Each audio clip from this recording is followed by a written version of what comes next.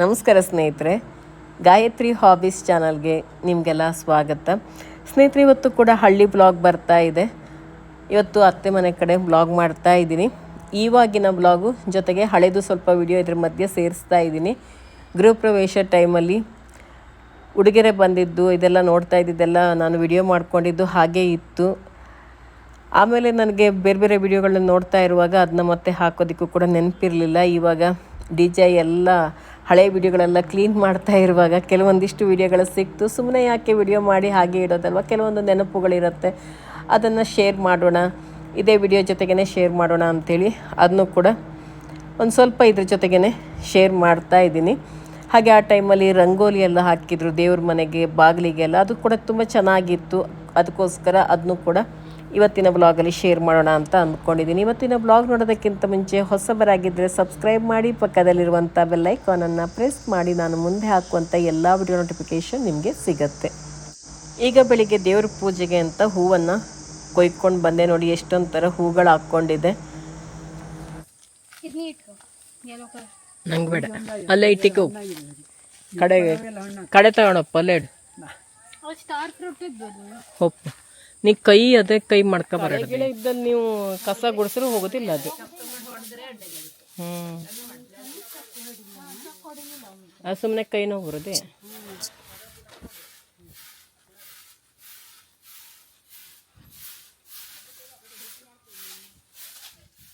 ಊರ ಕಡೆ ಎಲ್ಲ ಕೊಟ್ಟಿಗೆ ಇದ್ದವರಿಗೆ ಮತ್ತು ಗೊಬ್ಬರ ಗ್ಯಾಸ್ ಎಲ್ಲ ಇದೆಯಲ್ಲ, ಹಸು ಎಲ್ಲ ಇದ್ದು ಅಂಥವರಿಗೆ ಇವಾಗಂತೂ ತುಂಬಾ ಒಳ್ಳೇದು. ಇವಾಗ ಸಿಲಿಂಡ್ರ್ ಸಿಗೋದು ತುಂಬಾ ಕಷ್ಟ ಅಲ್ವಾ. ಗೊಬ್ಬರ ಗ್ಯಾಸ್ ಎಲ್ಲ ಇದ್ದವರಿಗೆ ಟೆನ್ಷನ್ನೇ ಇಲ್ಲ. ಕೊಟ್ಟಿಗೆ ಇದ್ದು, ಹಸು ಇದ್ದು, ಸಗಣಿಯಿಂದ ಗೊಬ್ಬರ ಗ್ಯಾಸಿಗೆ ಬೇಕಾದಷ್ಟು ಸಗಣಿ ಎಲ್ಲ ಸಿಗತ್ತೆ ಅಂತಾದರೆ ತುಂಬಾ ಒಂಥರ ಈ ಟೈಮಲ್ಲಿ ಹೆಲ್ಪ್ ಅಂತ ಹೇಳ್ಬೋದು. ಇಲ್ಲೂ ಕೂಡ ಹೆಬ್ಬಳ್ಳಿಯಲ್ಲಿ ಗೊಬ್ಬರ ಗ್ಯಾಸ್ ಇದೆ, ಅಡುಗೆಗೆಲ್ಲ ಅದನ್ನೇ ಬಳಸ್ತಾರೆ. ಅದಕ್ಕೆ ಇಲ್ಲಿ ಕೂಡ ಸಿಲಿಂಡ್ರ್ ಸಿಕ್ಕಿಲ್ಲ ಅಂದರೆ ಅಷ್ಟೊಂದು ಟೆನ್ಷನ್ ಆಗೋಲ್ಲ. ಗೊಬ್ಬರ ಗ್ಯಾಸ್ ಇರುತ್ತೆ, ಇಲ್ಲ ಕಟ್ಟಿಗೆ ಇರುತ್ತೆ, ಒಲೆ ಬೆಂಕಿ ಹುಟ್ಟೋದಿದ್ರು ಕೂಡ. ಹಳ್ಳಿಗಳಲ್ಲಿ ಸಿಲಿಂಡ್ರ್ ಇಲ್ಲ ಅಂದರೆ ಹೇಗೂ ಕಳೆದೋಗುತ್ತೆ. ಸಿಟಿಯಲ್ಲೇ ಸಿಲಿಂಡ್ರ್ ಎಲ್ಲ ಸಿಕ್ಕಿಲ್ಲ ಅಂದರೆ ತುಂಬಾ ಕಷ್ಟ ಆಗುತ್ತೆ ಮಾತ್ರ. ಇಲ್ಲಿ ಕ್ಲೀನಾಗಿ ಕೊಟ್ಟಿಗೆ ಎಲ್ಲ ತೊಳೆದಿಟ್ಟಿದ್ದಾರೆ. ಕೊಟ್ಟಿಗೆ ಎಲ್ಲ ತೊಳೆದು ಸಗಣಿ ಎಲ್ಲ ಕರಡಾಗಿದೆ. ಇವಾಗ ಬೆಳಿಗ್ಗೆ ಟೈಮ್ ಅಲ್ವಾ, ಕೊಟ್ಟಿಗೆ ಕೆಲಸ ಎಲ್ಲ ಮುಗಿಸಿದ್ದಾರೆ. ಹಸುವಿಗೆಲ್ಲ ಕುಡಿಯೋದಕ್ಕೆ ಕೊಟ್ಟು ಅದಕ್ಕೆ ಮೇವೆಲ್ಲ ಹಾಕಿ ಎಲ್ಲ ಆಗಿದೆ. ನೋಡಿ ಇಲ್ಲಿ ನಿಂತ್ಕೊಂಡಿದೆ ಎರಡು.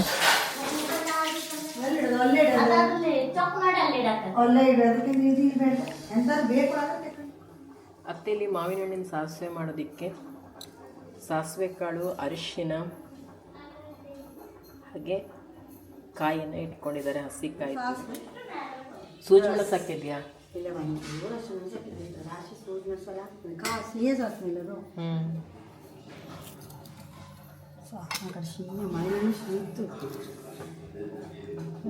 ಸಾಸಿವೆಗೆ ಮಾವಿನಹಣ್ಣು ಇಟ್ಕೊತಿದ್ಯಾ? ಮಾವಿನಹಣ್ಣು, ಉಪ್ಪು, ಬೆಲ್ಲ.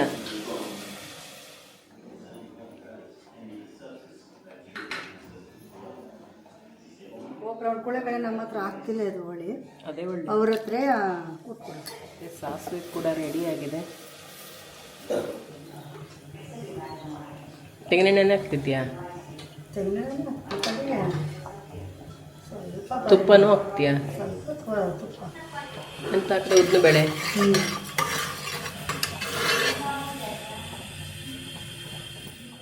ಇಲ್ಲಿ ಅತ್ತೆ ಪಲಾವಿಗೆ ಎಲ್ಲ ರೆಡಿ ಮಾಡಿ ಇಟ್ಕೊಂಡಿದ್ದಾರೆ. ಇಲ್ಲಿ ತರಕಾರಿ ಕಟ್ ಮಾಡಿ ಇಟ್ಕೊಂಡಿದ್ದಾರೆ. ಹಾಗೆಯೇ ಈ ಕಡೆ ಕಾಯಿ ಹೆರಿದು ಇಟ್ಕೊಂಡಿದ್ದಾರೆ. ಏನೆಲ್ಲ ತರಕಾರಿ ಬೇಕೋ ಅದೆಲ್ಲ ಒಂದು ಕಡೆ ಇಟ್ಕೊಂಡಿದ್ದಾರೆ. ನಂತರ ಬೆಳ್ಳುಳ್ಳಿ ಎಲ್ಲ ತೆಗೆದಿಟ್ಕೊಂಡಿದ್ದಾರೆ.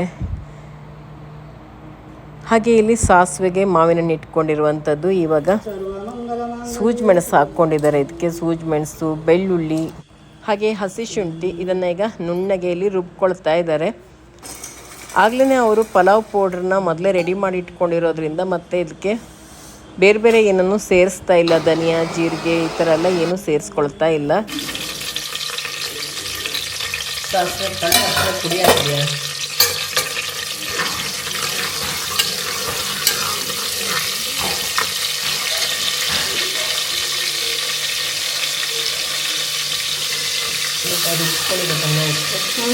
ಈಗ ರುಬ್ಕೊಳ್ಳೋದಲ್ಲ, ಶುಂಠಿ, ಬೆಳ್ಳುಳ್ಳಿ, ಸೂಜಿ ಮೆಣಸು, ಕಡೆಗಿದ್ದು ಚಕ್ರ ಮೊಗ್ಗು.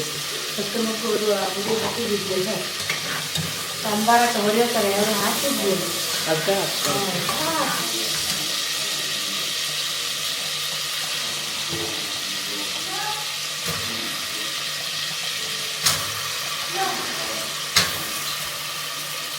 ಅದು ಹಾಕಿದ್ಮೇಲೆ ತರಕಾರಿ ಹಾಕತ್ತೀಯ.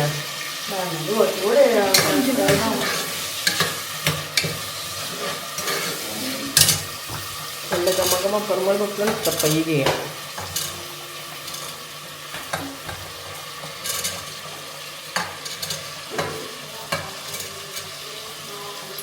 ಮಕ್ಕಳು ಗಡ್ಬಡಲ್ಲಿ ಬಾಕ್ಸಿ ಮಾಡ್ಕೊಳ್ಳೋದು ಚಲೋ ಆಗ್ತಿದೆ ಸಸಾರದ ಪಲಾವು.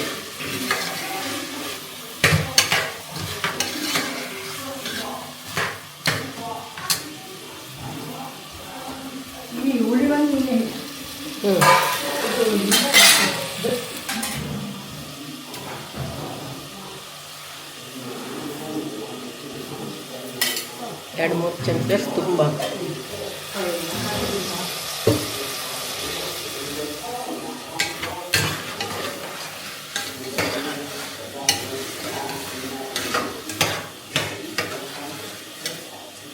ರಸ ಕಣ್ಯ.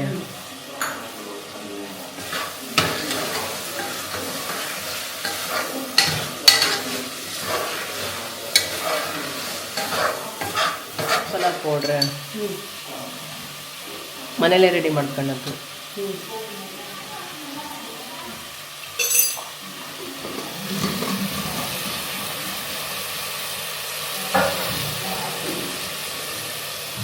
ಎರಡು ಲೋಟ ಅಕ್ಕಿ ಹಾಕಿದ್ಯಾ?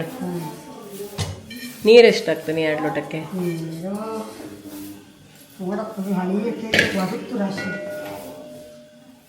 ಅತ್ತೆ ಇಲ್ಲಿ ಊರಕ್ಕಿಯಲ್ಲೇ ಪಲಾವ್ ಮಾಡ್ತಾ ಇದ್ದಾರೆ.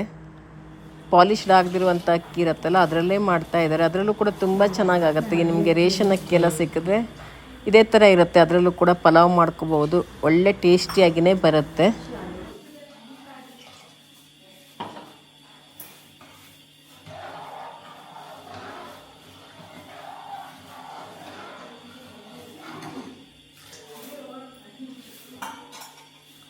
ಹೆಂಗಾಯ್ತು ನೋಡಿ, ಘಮ ಘಮ ಕೊಡ್ತಿದ್ದೆ. ಹಾಂ ಚಲೋ ಉದ್ರುದ್ರ ಇದು.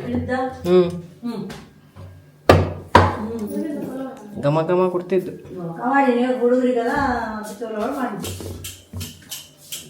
ಈ ಪಲಾವ್ ರೆಡಿ. ಚಲೋ ಇದು.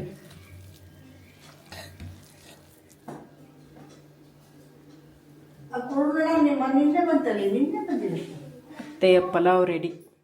ಇಲ್ಲಿ ದೇವ್ರ ಮನೆ ಬಾಗಿಲಿಗೆ, ವಾಸ್ತು ಬಾಗಿಲಿಗೆ, ಪ್ರಧಾನ ಬಾಗಿಲಿಗೆಲ್ಲ ರಂಗೋಲಿ ಹಾಕೋದಿಕ್ಕೆ ಅಂತ ರೆಡಿ ಮಾಡ್ತಾ ಇದ್ದಾರೆ. ಈ ರೀತಿ ರಂಗೋಲಿಗಳನ್ನು ರೆಡಿ ಮಾಡಿಸಿ ಹಾಕ್ಸ್ಬಿಟ್ರೆ ಒಂದು ಸಾರಿ ಹಾಕ್ಸಿದ್ರೆ ಆಯಿತು. ಪದೇ ಪದೇ ರಂಗೋಲಿ ಹಾಕಬೇಕಂತಿಲ್ಲ. ಗಡಿ ಬಿಡಿಯಲ್ಲೆಲ್ಲ ಇದ್ಬಿಟ್ರೆ ರಂಗೋಲಿ ಹಾಕಬೇಕು ಅನ್ನೋ ಕೆಲಸನೇ ಇರಲ್ಲ. ಮತ್ತು ನೋಡೋದಕ್ಕೂ ತುಂಬ ಚೆನ್ನಾಗಿ ಕಾಣಿಸುತ್ತೆ. ಬಾಗಿಲಿಗೆಲ್ಲ ಈ ರೀತಿ ಹಾಕ್ಸಿದ್ರೆ ತುಂಬಾ ಚೆನ್ನಾಗಿ ಕಾಣಿಸುತ್ತೆ. ಪ್ರತಿದಿನ ಬೆಳಿಗ್ಗೆ ಟೈಮ್ ಇಲ್ಲ ಅಂತಂದರೆ ರಂಗೋಲಿ ಹಾಕೋಕ್ಕಾಗಲ್ವಲ್ಲ ಅಂತ ಟೆನ್ಷನ್ ಮಾಡ್ಕೋಬೇಕು ಅಂತಲೂ ಇಲ್ಲ. ಅದಕ್ಕೆ ಈ ರೀತಿ ರಂಗೋಲಿಯನ್ನು ಹಾಕಿಸ್ತಾ ಇದ್ದಾರೆ. ಹಾಗೆ ದೇವ್ರ ಪೀಠದ ಹತ್ರ ಎಲ್ಲ ಈ ರೀತಿ ರಂಗೋಲಿನ ಹಾಕಿಸ್ತಿದ್ದಾರೆ. ಇವರು ಯಾವ ರೀತಿ ನಮಗೆ ರಂಗೋಲಿ ಬೇಕು ಅಂತ ಹೇಳ್ತೀವೋ ಆ ರೀತಿ ರಂಗೋಲಿಯನ್ನು ಹಾಕ್ಕೊಡ್ತಾರೆ. ಬಳ್ಳಿ ರಂಗೋಲಿ ಇರ್ಬೋದು, ಅಥವಾ ಹೂವಿನ ಥರ ಬೇಕು, ಅಥವಾ ಬೇರೆ ಬೇರೆ ಥರ ಯಾವ ರೀತಿ ರಂಗೋಲಿ ಬೇಕು ಅಂತ ನಾವು ಹೇಳ್ತೀವೋ ಆ ರೀತಿ ರಂಗೋಲಿಯನ್ನು ಹಾಕ್ಕೊಡ್ತಾರೆ. ಹಾಗೆ ತುಳಸಿ ಕಟ್ಟೆ ಮುಂದೆ ಈ ಥರ ಎಲ್ಲ ಇಲ್ಲಿ ರಂಗೋಲಿಯನ್ನು ಹಾಕ್ಸಿದ್ದಾರೆ ನೋಡಿ. ಇಲ್ಲೆಲ್ಲ ಬಾಗಿಲಿಗೆ ರಂಗೋಲಿ ಹಾಕಿದಾದ್ಮೇಲೆ ನೋಡಿ ಈ ರೀತಿ ಕಾಣಿಸ್ತಾ ಇದೆ. ಎಷ್ಟು ಚೆನ್ನಾಗಿ ಕಾಣಿಸ್ತಾ ಇದೆ ನೋಡಿ. ತುಂಬಾ ಚೆನ್ನಾಗಿರುತ್ತೆ. ಒಂದು ಸಾರಿ ಹಾಕ್ಸ್ಕೊಂಡ್ಬಿಟ್ರೆ ಮತ್ತೆ ಮತ್ತೆ ರಂಗೋಲಿ ಹಾಕುವಂಥ ಒಂದು ಟೆನ್ಷನ್ ಕೂಡ ಇರಲ್ಲ. ಇದು ದೇವ್ರ ಮನೆ ಹತ್ರ ಹಾಕಿರುವಂಥದ್ದು, ದೇವ್ರ ಪೀಠದ ಕಟ್ಟೆಗೆ. ಹಾಗೆ ಇಲ್ಲಿ ತುಳಸಿ ಕಟ್ಟೆಗೆ ಹಾಕ್ತಾ ಇದ್ದಾರೆ. ಎಷ್ಟೋ ಜನ ಹುಡುಕ್ತಾ ಇರುತ್ತೆ ಮನೆಗೆ ಈ ಥರ ಎಲ್ಲ ಮಾಡಿಸ್ತಾರೆ. ಹೌದು, ಗೊತ್ತಿರ್ತಿಲ್ಲ. ಇದು ಆ್ಯಕ್ಚುಲಿ ಈ ರಂಗೋಲಿ ಎಲ್ಲ ಹಾಕೋದಕ್ಕಿಂತ ಒಂದ್ಸಲ ಹಾಕೊಂಬಿಟ್ರೆ ತಲೆ ಬಿಸಿ ಇಲ್ಲ.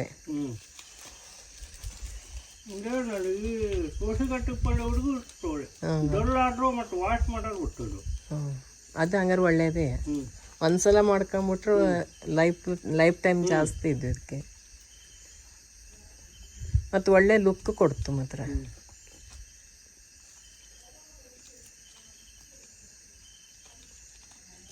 ಎಷ್ಟೋ ಜನ ಹೊಸ ಮನೆ ಕಟ್ತಾರಲ್ಲ ಹುಡುಕ್ತಾ ಇರುತ್ತೆ ಇಂಥದ್ದೆಲ್ಲ ಬೇಕೊಳ್ಳಿ.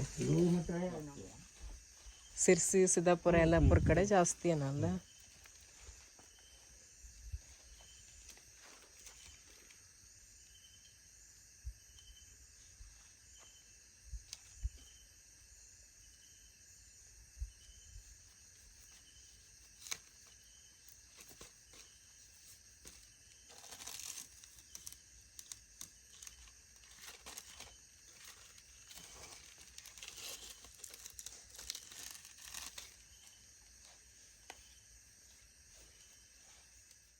ನಾವು ಜಪಾನಿಗೆ ಹೋದಾಗ ಅತ್ತೆ ಮಾವನಿಗೆ ಇದೆರಡು ಬ್ಯಾಗ್ ತೊಗೊಂಡು ಬಂದಿದ್ವಿ.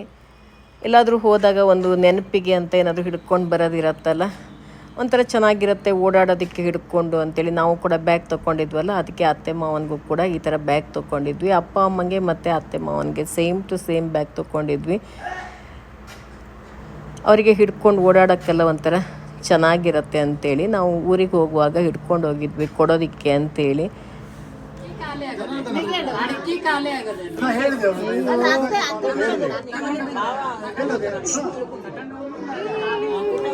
ದೊಡ್ಡಮ್ಮ ಎಂತ ಮಾಡ್ತೆ? ದೊಡ್ಡಮ್ಮ ಮಾಡ್ತ ದೊಡ್ಡಮ್ಮ ಹೆಂಗ್ ಮೂಗಿರ್ಕತ್ತು.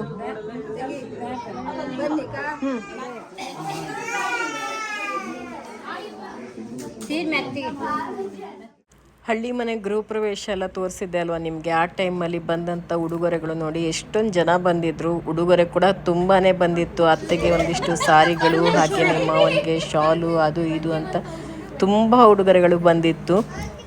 ಹಾಗೆ ಒಂದಿಷ್ಟು ಕ್ಯಾಶ್ ಕೂಡ ಬಂದಿತ್ತು. ಕೊನೆಗೆ ಗಡಿಯಾರ, ಫೋಟೋಸು, ನಂತರ ದೇವ್ರ ಮನೆಗೆ ಬೇಕಾದಂಥ ಪಾತ್ರೆಗಳು ಇವೆಲ್ಲ. ಮಕ್ಕಳಿಗಂತೂ ಈ ರೀತಿ ಉಡುಗೊರೆ ಪ್ಯಾಕ್ ಎಲ್ಲ ಓಪನ್ ಮಾಡೋದಂದರೆ ತುಂಬ ಖುಷಿ. ಅದರಲ್ಲಿ ಏನಿದೆ ಅನ್ನೋ ಒಂದು ಕ್ಯೂರಿಯಾಸಿಟಿ ಇರುತ್ತೆ ಅವರಿಗೆ.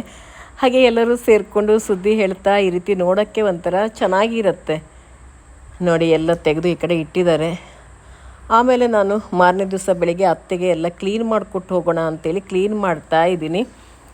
ಯಾಕೆಂದರೆ ನಾವು ಇರುವಾಗಲೇ ಮಾಡಿಕೊಟ್ರೆ ಆಗುತ್ತೆ, ಇಲ್ಲ ಅವ್ರಿಗೂ ಕೂಡ ವಯಸ್ಸಾಯ್ತಲ್ಲ, ಎಲ್ಲ ಕ್ಲೀನ್ ಮಾಡ್ಕೊಳ್ಳೋದು ಇದೆಲ್ಲ ಮಾಡೋದು ಕಷ್ಟ ಆಗುತ್ತೆ ಅಂತೇಳಿ ಸ್ಟೋರ್ ರೂಮೆಲ್ಲ ನಾನಿಲ್ಲಿ ಒಂದು ರೌಂಡ್ ನೀಟಾಗಿ ಕ್ಲೀನ್ ಮಾಡಿಕೊಟ್ಟು ಹೋಗೋಣ ಅಂತೇಳಿ ಎಲ್ಲ ಕ್ಲೀನ್ ಮಾಡ್ತಾ ಇದ್ದೀನಿ. ಮತ್ತು ಬೇಡದಿರೋದೆಲ್ಲ ಒಂದಿಷ್ಟು ತೆಗೆದು ಹಾಕಿ ಬೇಕಾಗಿರುವಂಥದ್ದನ್ನು ಎತ್ತಿಟ್ಬಿಟ್ಟು ಕ್ಲೀನ್ ಮಾಡ್ತಾ ಇದ್ದೀನಿ. ಕೆಲವೊಂದಿಷ್ಟು ವಸ್ತುಗಳನ್ನು ಬೇಕು ಅಂತ ಇಟ್ಕೊಂಡಿದ್ದಿರತ್ತಲ್ಲ, ಅದು ಎಷ್ಟೇ ಕಾಲ ಆದರೂ ತೆಗೆದು ನೋಡೋದೇ ಇರಲ್ಲ, ಹಾಗೇ ಇರುತ್ತೆ. ಅದಕ್ಕೆ ಅದೆಲ್ಲ ತೆಗೆಯುವಂಥದ್ದನ್ನೆಲ್ಲ ತೆಗೆದು ಯಾವ್ಯಾವ ಜಾಗದಲ್ಲಿ ಇಡಬೇಕು ನೋಡಿ ಅದನ್ನ ಇಟ್ಬಿಟ್ರಾಯಿತು ಒಂದು ಸರಿ. ಆಮೇಲೆ ಅವರು ಚೆನ್ನಾಗಿ ಜೋಡಿಸಿಟ್ಕೊಟ್ರೆ ಆಮೇಲೆ ಎಲ್ಲನೂ ಅಲ್ಲೇ ನೀಟಾಗಿ ಇಟ್ಕೊಳ್ಳೋಕ್ಕಾಗತ್ತೆ ಅಂತ ಕ್ಲೀನ್ ಮಾಡಿಕೊಟ್ಟೆ. ಅದಾದಮೇಲೆ ಬಟ್ಟೆಗಳನ್ನೂ ಅಷ್ಟೇ, ಉಡುಗೊರೆ ಬಂದು ಸೀರೆ ಅದು ಇದು ಎಲ್ಲ ಇರುತ್ತಲ್ಲ, ಅದೆಲ್ಲ ಕಬೋರ್ಡಲ್ಲಿ ಜೋಡಿಸ್ಕೊಡ್ತಾ ಇದ್ದೀನಿ. ಅದೆಲ್ಲ ನೀಟಾಗಿ ಜೋಡಿಸ್ಕೊಟ್ಟು ಹೋಗ್ಬಿಟ್ರೆ ಆಮೇಲೆ ಅವ್ರಿಗೂ ಕೂಡ ಆರಾಮ್ ಅನಿಸುತ್ತೆ. ಸ್ವಲ್ಪ ಕೆಲಸ ಕೂಡ ಕಡಿಮೆ ಆಗತ್ತಲ್ಲ ಅಂಥೇಳಿ ಇಲ್ಲಿ ಇಟ್ಕೊಡ್ತಾ ಇದ್ದೀನಿ. ಅತ್ತೆ ಮಾವನಿಗಿರ್ಬೋದು ಅಥವಾ ಅಪ್ಪ ಅಮ್ಮನಿಗಿರ್ಬೋದು, ಏಜ್ ಆದಮೇಲೆ ನಮ್ಮ ಹತ್ರ ಏನಾಗುತ್ತೋ ಆ ಕೆಲಸ ಮಾಡಿಕೊಟ್ರೆ ಅವ್ರಿಗೂ ಕೂಡ ಒಂದು ಸಮಾಧಾನ, ನಮಗೂ ಕೂಡ ಖುಷಿ ಇರುತ್ತೆ. ಮತ್ತು ಒಂದು ಕಡೆ ಈ ರೀತಿ ನೀಟಾಗಿ ಇಟ್ಕೊಂಡ್ಬಿಟ್ರೆ ಬೇಕಾಗಿದ್ದನ್ನು ಆರಾಮಾಗಿ ತೆಕ್ಕೊಳ್ಳೋಕ್ಕೂ ಕೂಡ ಈಸಿ ಆಗುತ್ತೆ. ಮತ್ತು ಬ್ಲೌಸೆಲ್ಲ ಹೊಲಿಸ್ಬೇಕಂದ್ರೆ ಯಾವ ಸೀರೆಗೆ ಹೊಲಿಸ್ಬೋದು, ಅಥವಾ ಅದನ್ನ ಯಾರಿಗಾದರೂ ಕೊಡೋ ಹಾಗಿದ್ರೆ ಎತ್ಕೊಡೋಕ್ಕೂ ಕೂಡ ಚೆನ್ನಾಗಿರುತ್ತೆ. ಇವತ್ತಿನ ಈ ವ್ಲಾಗ್ನ ಇಲ್ಲಿಗೆ ಮುಗಿಸ್ತಾ ಇದ್ದೀನಿ. ಇವತ್ತಿನ ಈ ಹಳ್ಳಿ ವ್ಲಾಗ್ ನಿಮ್ಗೆ ಇಷ್ಟ ಆಗಿರುತ್ತೆ ಅಂತ ಅಂದ್ಕೊಂಡಿರ್ತೀನಿ. ಇಷ್ಟ ಆಗಿದ್ದರೆ ಹೊಸಬರಾಗಿದ್ದರೆ ಸಬ್ಸ್ಕ್ರೈಬ್ ಮಾಡಿ, ಹಾಗೆ ಬೇರೆಯವ್ರ ಜೊತೆ ಕೂಡ ಶೇರ್ ಮಾಡ್ಕೊಳ್ಳಿ. ನಿಮ್ಮ ಅನಿಸಿಕೆ ಅಭಿಪ್ರಾಯವನ್ನು ಕಮೆಂಟಲ್ಲಿ ತಿಳಿಸಿ, ಹಾಗೆ ಒಂದು ಲೈಕ್ ಮಾಡೋದನ್ನು ಮರಿಬೇಡಿ ಸ್ನೇಹಿತರೆ. ಮತ್ತು ನಾಳೆ ಕೂಡ ಹಳ್ಳಿ ವ್ಲಾಗ್ ಜೊತೆಗೆ ನಿಮ್ಮನ್ನು ಭೇಟಿ ಆಗ್ತೀನಿ.